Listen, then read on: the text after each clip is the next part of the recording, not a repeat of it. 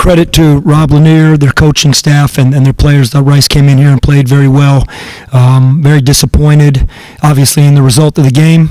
We could never truly get in a flow on offense, and I thought that affected us too much. We talked about that in the locker room.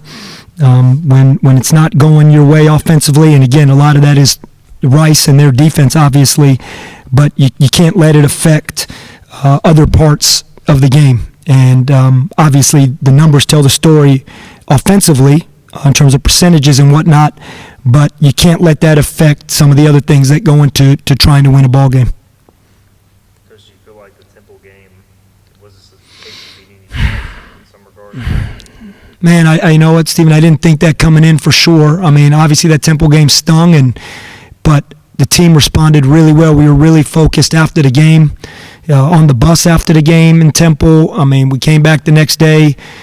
Guys came in the gym on the off day. There was a hunger to get back and play, and you saw it in practice. I mean, to be quite honest, we had two really good practices where there was a pissed offness about the Temple game. But the energy and you can always tell with effort and execution in practice. You can see when guys' energy is and man, they had it for 2 days. So I didn't see that coming, but I don't want to discount anything because I think it's a good point. But no, I think Rice came in here and played really well, and I think in the game, as I said in the opening statement, I thought we let our offense, Stephen, really affect some other things, and that's tough.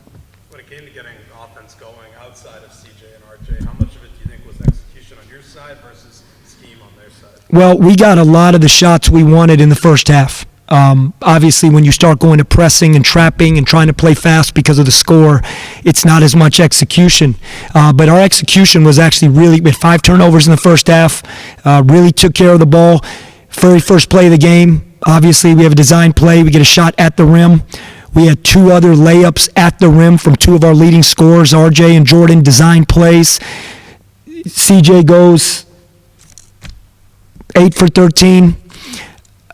The execution was there in terms of, but you got to make plays.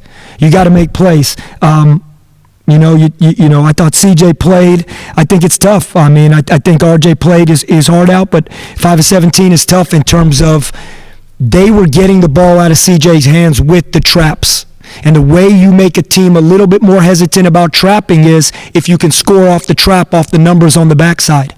And we worked on that for 2 days. Very first time, CJ did a great job stepping through the trap. We skipped it. We get the shot we want. It doesn't go in. That's okay. But unfortunately, we were not able to make them pay. And 2 for 18, shooting 11% from 3, tells that story. With CJ and RJ just commanding the ball a lot, just how they play. I mean, is it difficult sometimes just to get everyone else involved? No, I don't think so. I think we missed some shots that we got to make. Other guys got shots up too. Obviously, Jordan, this is not a typical game for Jordan Riley. I would say you look at that. This is not Jordan's typical game. Probably one of the least effective games he's had in a very, very long time, and that happens on certain nights. But in terms of shot attempts, etc., that's what RJ has been doing. That's what CJ's been doing. If RJ goes 8 for 17 or 9 for 17, I don't think it's a thought. Going off that to Jan, he had several looks just didn't go down. Is that one of those things too? It's just you even drew up some plays for him where he had the look you probably wanted. Yeah, if you're watching the game, it's not by accident. We know we encourage Jan to hunt shots. He knows that. He's been really good for a stretch. I hope this is the only time he'll go 0 for 5 from 3 and 0 for 6 because we trust Jan. He shot it really well in practice the last 2 days. I wish I had the direct answer why he played 22 minutes. I wish I had the direct answer on why they didn't drop tonight because at least of those 5, 3 of them were shots that I don't think the opposing coaches would feel good about when your best shooter is getting an uncontested 3. And sometimes it just takes one or two of those to go in to flip things, and that was what my point to start. I thought when we struggled shooting the ball early, I thought it affected some other things that we do pretty consistently, offensive rebound. And again, I know Rice was locked in to keep us off the glass as we were trying to be locked in to keep them off the glass. I mean, they had 11 offensive rebounds. We have 8. So we weren't able to go do things that we do when we don't shoot the ball well, which we haven't shot the ball at a high rate this season beyond the arc, but we've gone and got extra shot attempts. The other day versus Temple, we took 15 more shots than them. Today, the field goal attempts are even at 58. And we need those extra shots when we don't shoot the ball well. Or extra possessions, I should say. I think you guys have been playing your best basketball probably over the last 2-3 weeks, maybe up until this last stretch. But I guess just how confident are the guys that you can just get right back?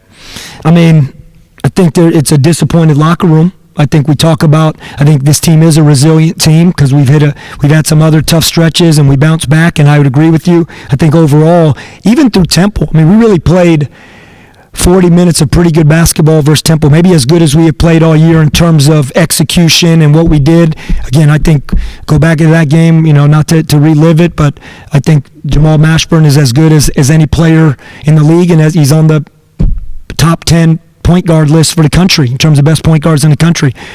I thought he was dynamic, and their team was, not just him. I mean, they had 4 guys really, really play well.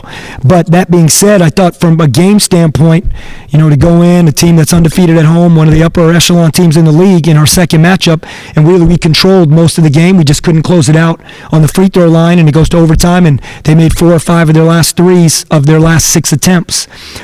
So going into this game, there was a disappointment, but I didn't expect not to play a game where doesn't mean we're going to win the game, but we did not play up to the standard in our opinion, in my opinion. We didn't play up to our standard, and we're going to have to respond. In terms of confidence, no confidence, we're going to have to respond, and we talked about that. We've seen Reed step off every now and then. Where are you guys at with Sear right now, just in terms of his development and not getting a lot of run? I think Reed has done a really good job in practice, and at this moment he has taken that spot. I mean, you can't have a rotation of 10, 11 guys playing, and rhythm is a big piece of it. And every game, when you're a guy like Reed right now, he's probably the 8th guy in the rotation, obviously. I mean, he's right at number 8. So there's some games like Tulsa, he plays 12, 13 minutes. The other game versus Temple, he came in, but C.J. Walker is a guy we're going to play through. I mean, he's a dynamic player that is doing a lot of great things, and I think Reed has done an excellent job, but there's not the minutes behind C.J. for Reed or Cal or Sear to have that many guys play. But that's every team across the country. If you guys are sitting in any post-game press conference across the country, there's going to be guys 9, 10, 11, 12 that don't see the court as much. And that's just where we're at with it right now. Sear works his butt off every day. He fights every day, but there's going to be a rotation, and I think our rotation the last 4 games has been pretty good in this stretch, and it just, we'll continue to compete.